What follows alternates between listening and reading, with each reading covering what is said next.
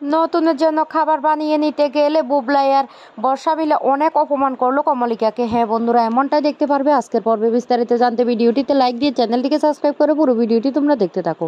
গল্পের শুরুতে আমরা দেখতে পারবো কমলিকা রান্নাঘরে রান্না করছে। তখন ঠাম্মি এসে বলতে লাগলো, আজকে সকাল সকাল কেন রান্না করছে? আজকে তো বুবলাই খাবার নিয়ে যাবে না। তখন কমলিকা বলতে লাগলো, বুবলাই খাবার নিয়ে যাবে না তাও কি হয়েছে? তাতে কি আমরা রান্না করব না? আমি একটু বাইরে যাব। তখন ঠাম্মি বলতে লাগলো, কোথায় যাবে?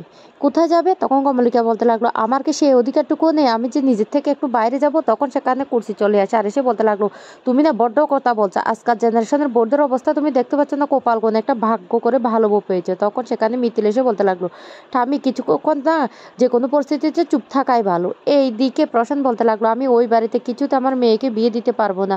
ওই বাড়ির বৌদি আমাদেরকে যেভাবে ইনসাল্ট করেছে সেটা আমি সহ্য করতে পারবো না, তাই আমি ওই বাড়িতে আমার মেয়েকে বিয়ে দিতে পারবো না। এদিকে কমলিকা খাবার দাবার গুছাতে থাকলে তখনই কুচি চলে আসে আর এসে বলতে লাগলো, খাবার প্যাকিং করে বুঝতে পারছি তুমি যাচ্ছ। কোথায় যাচ্ছ? নতুন দার বাড়িতে? কমলিকা তখন বলতে লাগলো, হ্যাঁ আমি ওই বাড়িতে যাচ্ছি। কুর্চি তখন বলতে লাগলো, ভালো করেছো, আমরা সবাই যাব ওই বাড়িতে। এদিকে কুর্চি আর মিতিল মিলে মিঠিকে বুঝাতে থাকে। তখন কমলিকা এসে মিঠিকে খাবারটা খাইয়ে দেয়। আর তখনই ঠামি বলতে লাগলো, নতুনটা যে কী খাচ্ছে কিছুই বুঝতে পারছি না, একটা ফোন করবে?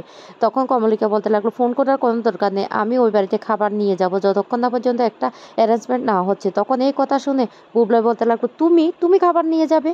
তখন বর্ষা বলতে লাগলো, হ্যাঁ নিয়ে যাবে তো। আগে নতুন কাকা এই বাড়িতে থাকতো, এখন এখন কাকিমা যাবে ওই বাড়িতে, ভালোই তো হবে। ও আজকে ফিরবে না আজকে রাতটা ওখানে থেকে যাবে? যা শুনে কমলিকা খুব কষ্ট পায়। তো বন্ধুরা, আজকের আপডেটটি তোমাদের কাছে কেমন লেগেছে অবশ্যই কমেন্ট করে জানিও।